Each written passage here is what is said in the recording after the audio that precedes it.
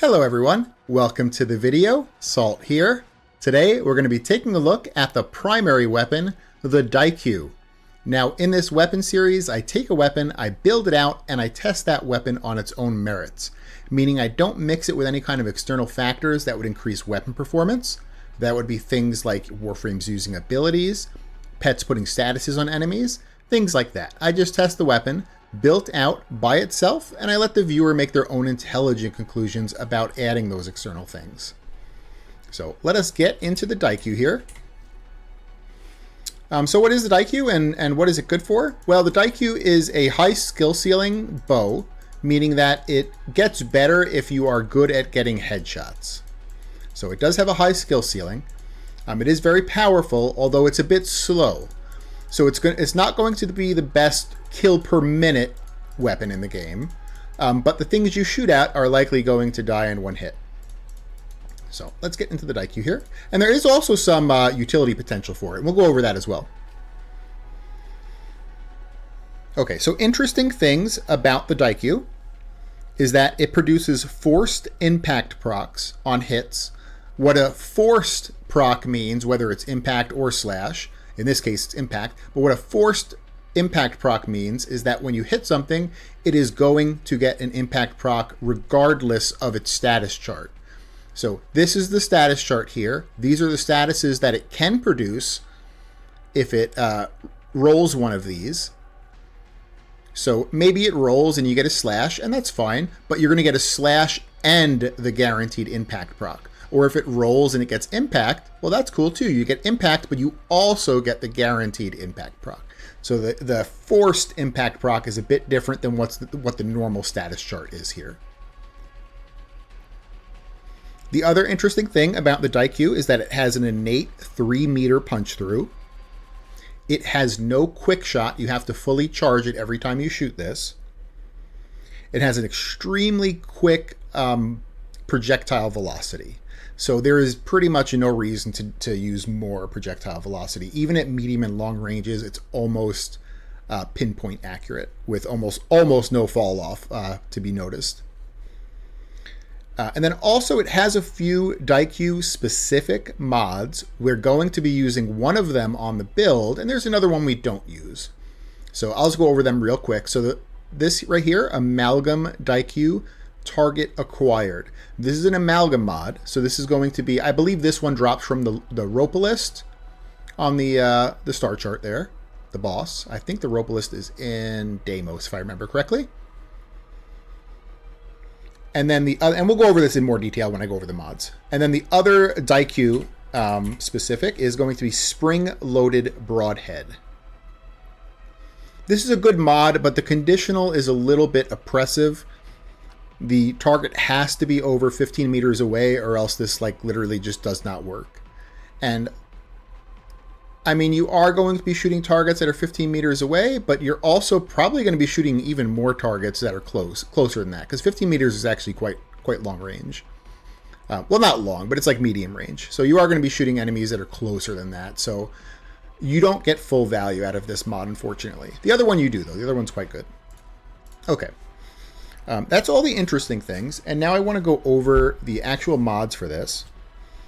So in the first slot here, we're going to have Galvanized Chamber for multi-shot, Galvanized Scope for critical chance, Vile Acceleration for fire rate. Usually on primary weapons, I love using Prime Shred because you get more punch through, but this weapon has innate punch through. It has 3 innate punch through. So you don't need Prime Shred. And in fact, we can go with the stronger fire rate mod of Vile Acceleration instead. So, and Prime Shred is a login reward, so not everyone's going to have it, and that's completely fine for this weapon because Vile Acceleration will be better. In the next slot here, it's going to be Internal Bleeding, and I did a lot of testing with this, and I'll kind of cue you guys in on the testing I did. So what Internal Bleeding does is that when you have an impact status effect, 35% of chance of 35% chance to apply a slash status effect, and ×2 when the fire rate is below 2.5. So when you have a weapon that produces a forced impact proc, especially if it's a slow weapon, this is usually very good. but I have encountered weapons that it's usually the very fast firing weapons, but I have encountered fast firing forced impact weapons where Hunter munitions actually was better than internal bleeding, even though it produced forced impact procs. Now, this is not a fast firing weapon. This is actually a very slow weapon, but I wanted to test it anyway. That way I gave you guys the right information. So I did my testing on 12 targets. I shot all 12 targets 3 times in the head with no conditionals. Hunter munitions was first, and on the first 4 targets, it produced 5, 3, 2, and 2 slash procs for 12 total.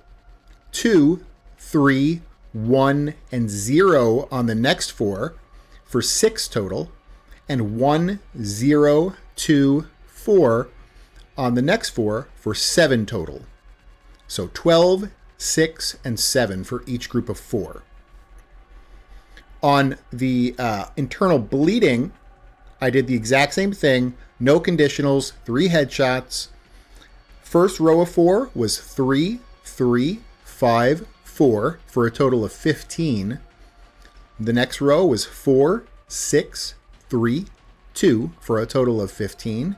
And the last row was 5, 6, 3, and 4 for a total of 18, making internal bleeding way better than Hunter munitions. So this is, in fact, the better slash mod. It wasn't even close. If it was close, I probably would have done more testing, but I think that was enough. Okay, enough of me just saying random numbers, and we'll continue here. So next we're going to have critical delay for crit chance. We're going to have vital sense for crit damage.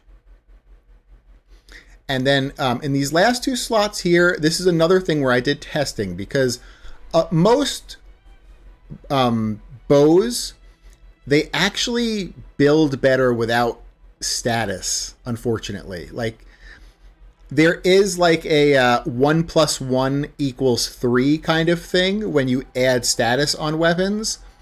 But the thing with bows is that they're usually killing in one hit, and so you're not really getting your effect out of viral. And they're also slow. They're not always producing viral. And so most of the time, almost all the time on bows, they're better to be built without viral. But I did testing anyway. I did my Daikyu main, which used these 2 that I'll go over. And then I did this last slot, which was the same thing, except I had the two mods to make viral. And in the end, this one was slightly better, but this one also scales better because I was doing my testing without conditionals. And with conditionals, bladed rounds, as we start getting our scope stacks up, bladed rounds will do more damage. And the same thing with Amalgam Daikyu target acquired. It's going to do more damage as we scale up.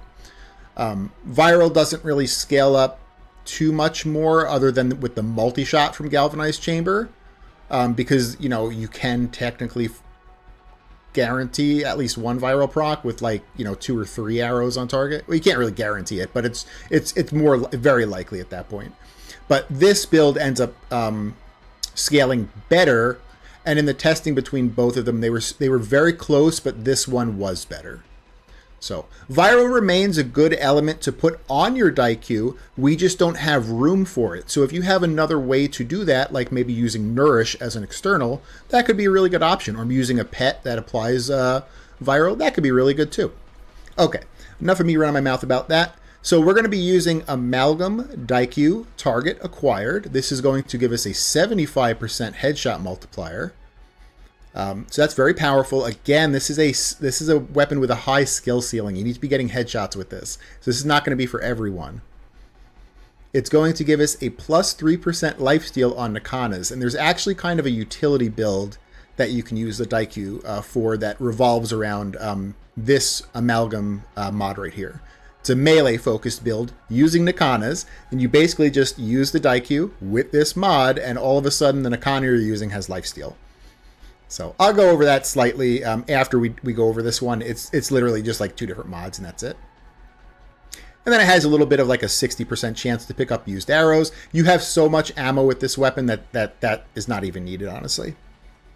Okay, next we're going to have bladed rounds for critical damage. when aiming. So you're going to be aiming in. Of course, you're pretty much going to be aiming all the time with this.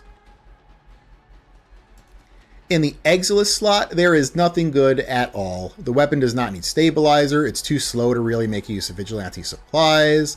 The projectile speed on this is ridiculously fast. It's the second quickest primary. It might be the second quickest just straight up in the game, but I know it's the second quickest primary under the Lenka. So it's damn near pinpoint. Even at like long-ish ranges, you might notice a drop like out in the open world. So I don't even think terminal velocity is an option because of that, because this is already almost pinpoint. So I think the best option for an Exiles is agile aim. You get a little bit more movement speed when you're aiming, but if you notice, it's the wrong polarity. So if you want to save yourself maybe some room, you can just straight up not even use an Exiles. But if you technically wanted to have the most min-maxed IQ, you would use agile aim to move slightly quicker while you're aiming. All right. In the arcane slot here, we're going to be using primary deadhead. Primary deadhead will be your best choice unless you're doing level cap. And it's not necessarily because primary merciless is better than deadhead. It's just because level cap itself has the unfortunate effect that weapons just straight up stop doing damage. And the only thing that actually does damage is the slash value on the weapon. So it's not necessarily that merciless is better than deadhead. It's the fact with how the game works at that high of a level. So primary deadhead is way better than merciless, but if you are intending to go to level 4, 5,000 enemies, you should use merciless instead, because you won't actually be getting headshot kills at that point. You will just be getting slash kills, because that's how level cap works. So, okay. And that's it. That's it for the Daikyu here. So the next build and it's not really a build, it's just 2 mods, but I wanted to go over it real quick, because this is something that is very important. And actually, people will probably more likely use the Daikyu because of this than the main build. Because the main build is good, but there are a lot of weapons that are still better than the Daikyu. But this right here, the stat stick, you're going to use the Amalgam Daikyu target acquired. It's going to give lifesteal to your Nakanas. And you're going to use Amalgam Serration, and it's going to give you a little bit more sprint speed. You honestly don't even need this, but why not? You know, it's a little bit of the sprint speed. So, yeah, I mean, this is, honestly, these are the only 2 mods you really even need to have on it. This is if you intend to not use your Daikyu. You are putting your Daikyu in your primary slot solely so you can get lifesteal on your Nakanas. You're doing a melee build with Nakanas, and your Daikyu is literally just to give you lifesteal.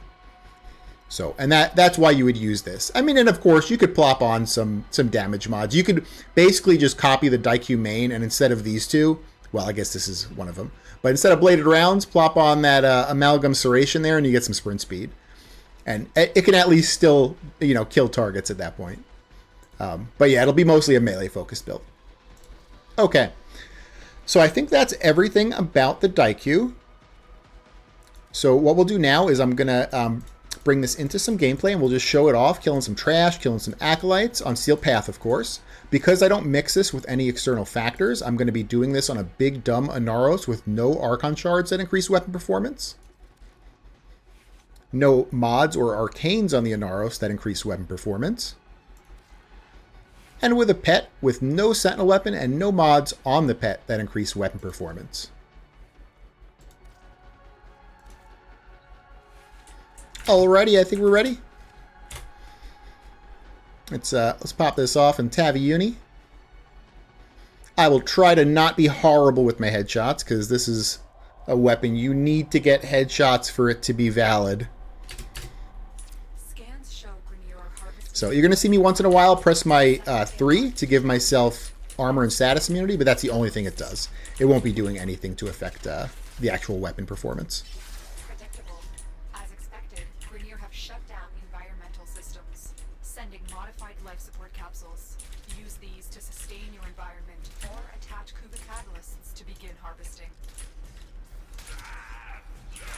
Let's get our conditionals up.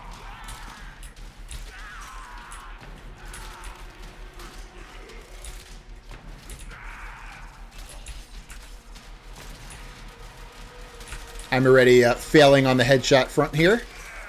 As you can see, maybe if I just shoot through enemies, I'll get headshots through pure attrition.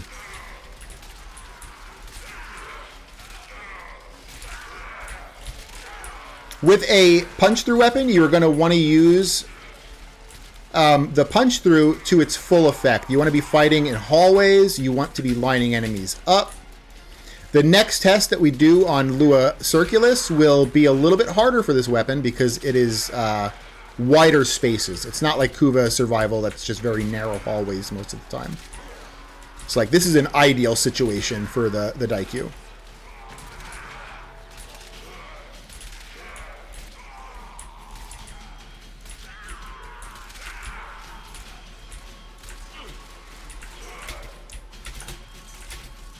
I've been kind of twiddling around with my audio. Hopefully it's a bit louder. I want it to be louder, but I also want it to be clear. I don't want to hear like a buzzing after my words if I'm a little bit too loud. That's why I was kind of lowering it a bit, because there was some buzzing after my words. Hopefully there's not in this. If there is, on the next video, I will address that. So I don't want any buzzing after my words, which would mean maybe it's too loud, or maybe I have to fiddle with some filters. But I also want to be able to hear it. Like I have kind of like a weird judging thing where if I'm in the shower, I want to be able to hear it when my phone is like on the sink. And I couldn't hear, well, I could, but it was hard to make out some of the words in my videos previously. So my goal is to have my volume loud enough where I can make out my voice if I'm in the shower. You know, listening to a video, of course. Not doing a video in the shower. Oh, God, no. Not yet, at least. Haven't got the OnlyFans going yet. Maybe eventually. But, yeah. So hopefully it's a bit louder. Let me know, too. If you have any positive or negative feedback, let me know. If you're like, hey, audio's trash, audio's great, video's trash, video's great, you know, whatever. Let me know, and I can try to fiddle with it and adjust it.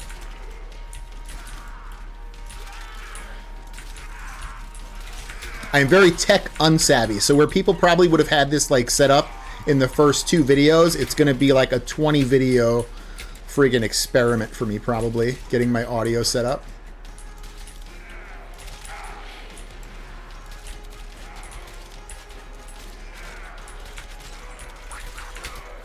Alright, let me head over to that first set of life supports there. We'll also change our scenery, that way we're not just farming in hallways.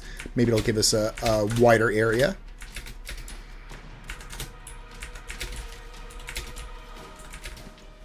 It's going to be the tile set I hate. I know it is.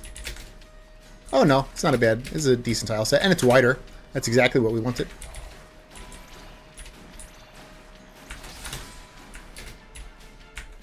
I did not test this against the Acolyte. I think this will do okay against the Acolyte. I don't think it's going to do great, but I think it's going to do better than like a basic assault rifle.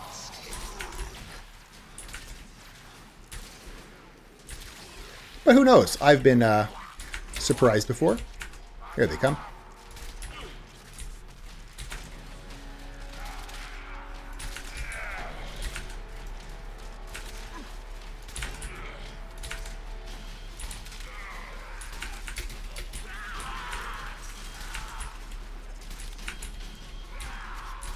There have been some really good suggestions given to me about guides. Someone asked about a Acolyte guide, and I thought that was amazing. I have another guide, I think, for this week planned, but I think the next week I will take that suggestion extremely to heart and make an Acolyte guide. I think that'll be fun. Because even me, I don't fully know every ability for every Acolyte. I know most of them, but I don't know all of them. Like Angst, for instance. Angst uses some kind of Valkyrie ability, I believe, but I don't know what the hell ability it is. She's easy enough to kill, so I don't really pay attention to it. It's not like Malice, where like I'm terrified every time Malice comes out, so I have to know exactly what it is. Angst is usually just easy enough, so I've never really like bothered to look into what Angst casts. Mania is another really annoying one. So like Mania, I know he casts Zephyr's Turbulence, so you can't shoot him. Well, you can't shoot him sometimes when it's up. I think he literally just put it up. Yeah, he did. I went to shoot him and it bounced off. So Mania is the one, unfortunately, sometimes we just melee down. Got 2 shots into him. It's 3 shots. I think that was 4. That was 5. Got pretty big bleed ticks on him. You can only stack 4 statuses on Acolytes, but if it's a big weapon like the Daikyu, I mean, the slash procs are pretty beastly. There we go. Yeah, pretty good. Pretty decent. Kind of what I expected. It's not like an Acolyte deleter, but it's actually pretty decent against the Acolyte. It's not a bad weapon.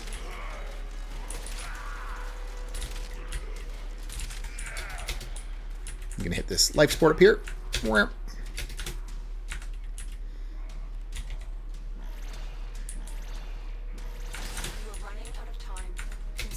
No, I'm not, Lotus. I have plenty of life support. I just picked one up.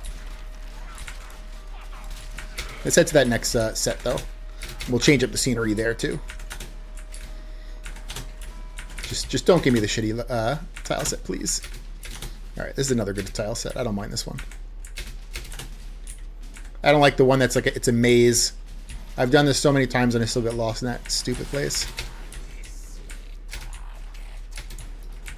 As far as Warframe suggestions, there is something I want to say with Warframe suggestions. It takes me a very long time to do a Warframe build. For a Warframe that I don't have, I should say. Warframes that I have built out, I can do a Warframe build on. I just have to do research and make sure that my build is the optimal one. But Warframes I don't have, it takes me quite a long time just because I am mostly a health and armor player. And so I am time gated with Umbral Formas, unfortunately. So I enjoy playing health and armor builds. If a frame can be built out for health and armor, if it makes sense, of course. Not all frames make sense to build out for health and armor. Like, I'm not going to build out a health and armor Loki, for instance. But if a frame can and makes sense to build out for health and armor, I'm going to make a health and armor build over a shield gate or a shield and adaptation build. And because of that, I'm time gated, unfortunately, on Umbral Formas. There's like a tax that you must pay to play a health and armor build, and that is Umbral Formas. You can only get 1 Umbral Forma every 2 months. And then you also get 1 Umbral Forma anytime they do a quote-unquote season. It's not really a season, but whatever the Nora thing technically is. You get 1 in the rank 29 slot there. And then sometimes, if they are generous, they will bless you with an Umbral Forma for watching their Twitch sometimes, a couple times a year. But you also have to be, like, knowing that they're going to be doing that. Luckily, my wife Pepper, she watches all that crap, and she'll be like, hey, there's an Umbral Forma coming on Thursday. Just make sure you tune in, because I have no idea, like, when the hell they come on.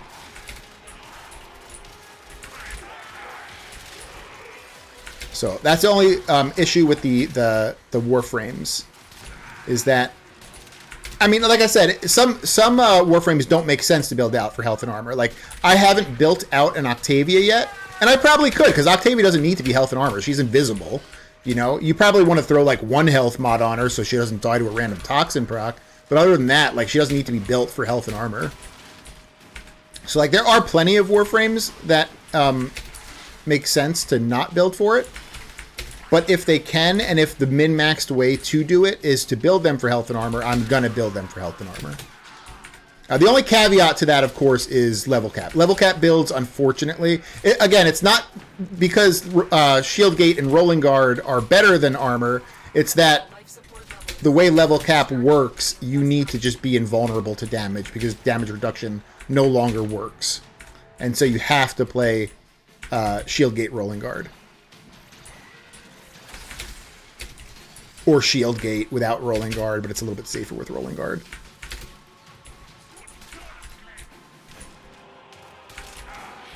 But you can play health and armor, and you can play shield and adaptation way up until like level 4 or 5,000 enemies with no issue. Once you get to like level 4 or 5,000 enemies, then they start doing so much damage that your damage reduction doesn't work anymore. All right, 10 minutes in, we're at 400 kills. That's an average weapon. Actually did a lot better than I thought it was going to do. I thought this was going to look below average because of its poor kill per minute potential. Because this is a very slow weapon, very poor kill per minute. The actual targets are going to die in almost one hit each, as you saw. Because if they don't die to the actual hit, they're going to die from the giant slash proc on it. It's just a slow weapon. So yeah, it did better than I thought. It's still in the average category. I would consider a weapon that was 350 to 450 kills average. And this was 401, so like right in the middle.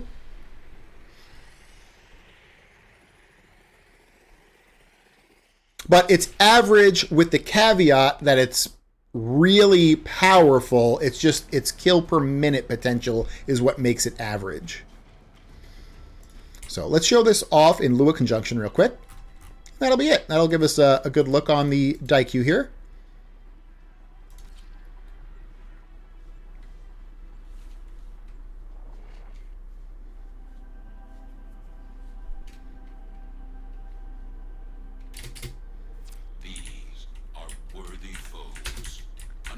And kill these two little Drac Masters they start you with here. They're like little raid bosses because you have no conditionals. I don't know why they start you with these guys. It's so annoying. So I'm going to start you with two of the tankiest trash enemies with no conditionals up, just to completely shit on your galvanized mods. It's like, you want to use galvanized mods? Well, here are two Drac Masters right at the beginning. There we go. Okay. You're going to see me once in a while press my 3 button to give myself armor and status immunity. And that's the only thing it does. So we'll get into it here.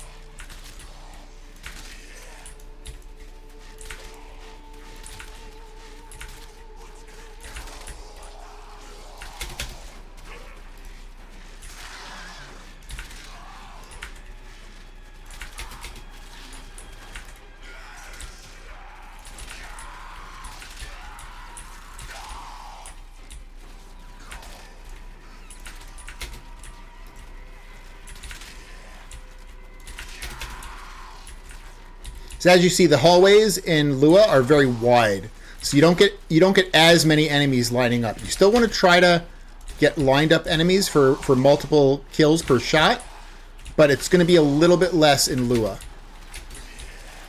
And so this would be like more realistic of how the Daikyu is going to look, maybe, because you're not always going to be in a narrow hallway like on Kuva Survival. I just like to throw Kuva Survival in there because it's those heavily armored Grineer units that people are usually obsessed about building over. So I just kind of test it first in Kuva Survival just to show that, hey, it's good against Grineer. And then I go to this one, which is more like, what a normal game would probably look like. You do intend to get a little bit less kills, though, in this. Because enemies are, even though they're mixed, they are higher level than Kuva Survival. And you have to fight the harder enemies, the Thraxes. So you spend more time fighting the big fat dudes. Which, of course, lowers your kill per minute count. So you expect to get about 100 less kills. So if we got 400 in the first one, we're kind of looking to get 300, and that would be consistent to what Lua Conjunction usually neuters your weapon to doing.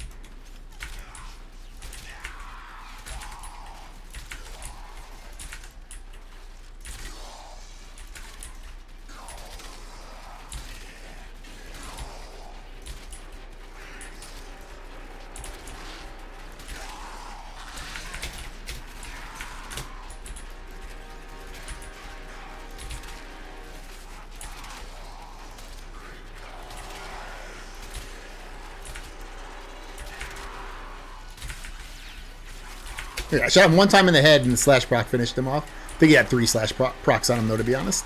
That's what it looked like, at least.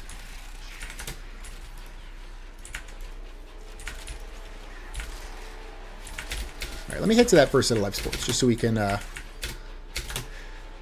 make sure we're staying on top of life support. That's sometimes what makes you fail in Lua Circulus, just the life supports.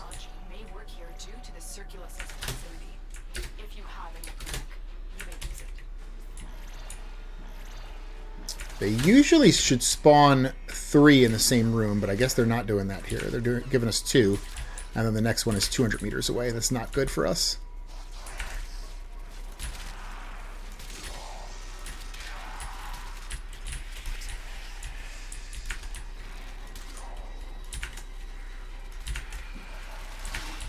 Torment is fine. He is only annoying. He's the Hydroid dude.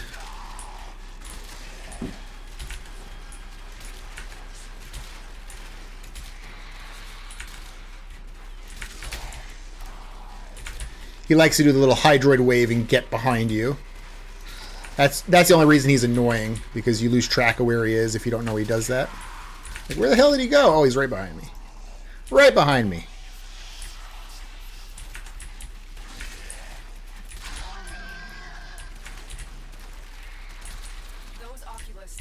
Got my weapon stolen, as is tradition.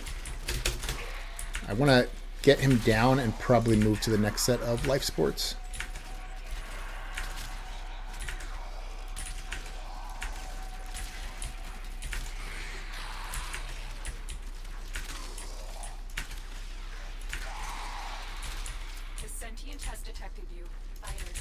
All right, we got him down. We really need to go over here, though, because we're going to be getting Thraxes coming up. And you don't want to start the Thrax fight hurting on life support, because when they come up, they start sucking your life support. So we'll get our life support dealt with, and then we'll get a few kills. That way we can make sure we have our deadhead stacks up. Oh, yeah. Oh, yeah. That's nice headshots there. All right, we should be good for Thraxes here. Should be pretty decent against Thrax, just because of the heavy slash procs. I think I still have my stupid burst thing up. Hey, I'm actually doing better with that stupid burst amp than the friggin' Raplac. I have such bad aim. I miss Raplac shots all the time. Maybe I'll just keep this this stupid burst amp on.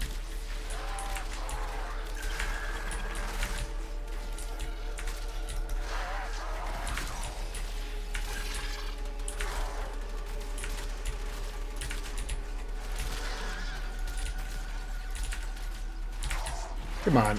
Go to work, Slash Procs. What are you doing?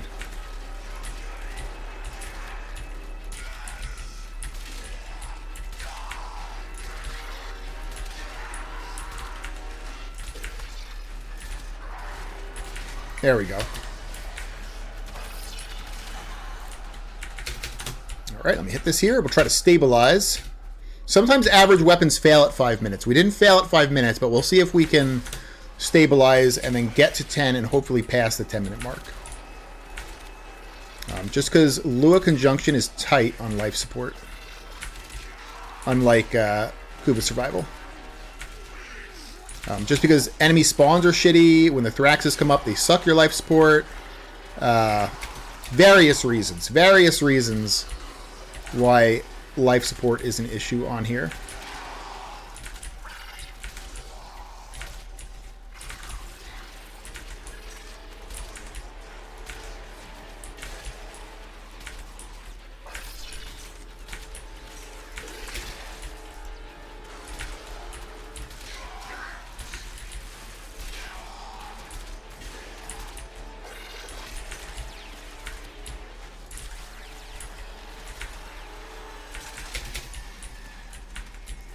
A little worm went down. That's okay.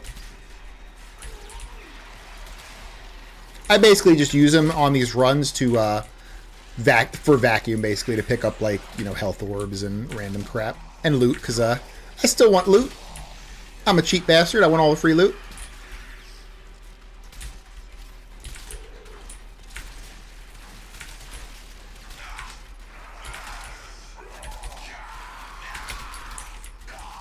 All right, where we got our life supports coming? They're going 200 meters in this direction. Okay, let's head over that way. We'll try to stay on top of the life supports because it'll screw you over.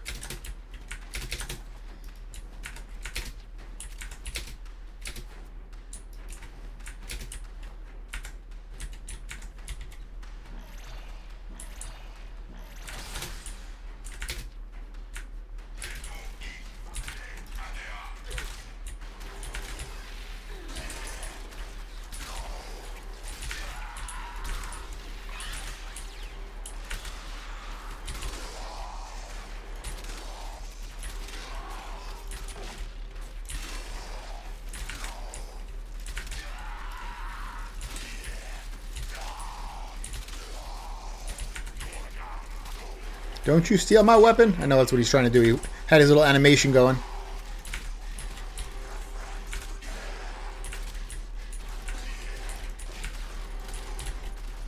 The zoom level can be a little bit annoying on here. Maybe if you got like a ribbon that had reduced zoom, maybe it kind of could be cool. Maybe you like the zoom though too. Maybe the zoom makes it easier for you to get headshots. For me, the zoom's a little bit oppressive. I don't like having my peripheral kind of messed with.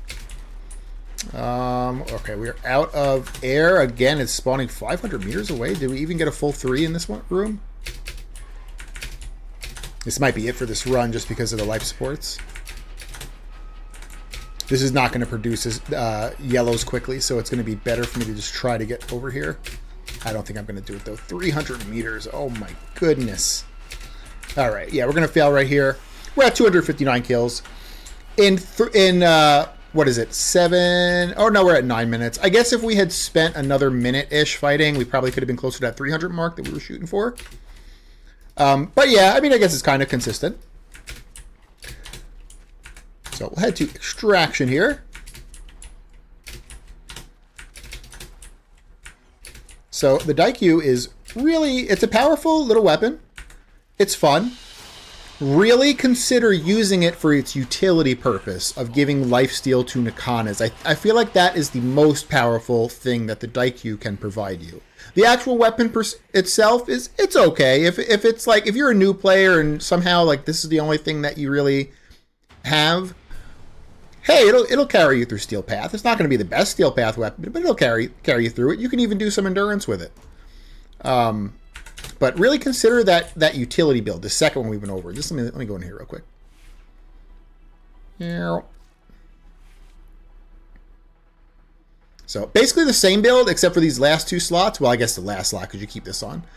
But you put Amalgam Daikyu target acquire. This will give you that lifesteal on your Nakanas. Make sure the melee weapon you're using is actually a Nakana.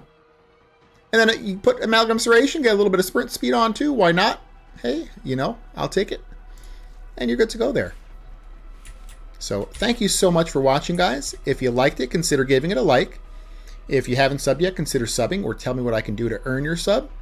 And I appreciate it. You guys have a great day. Bye.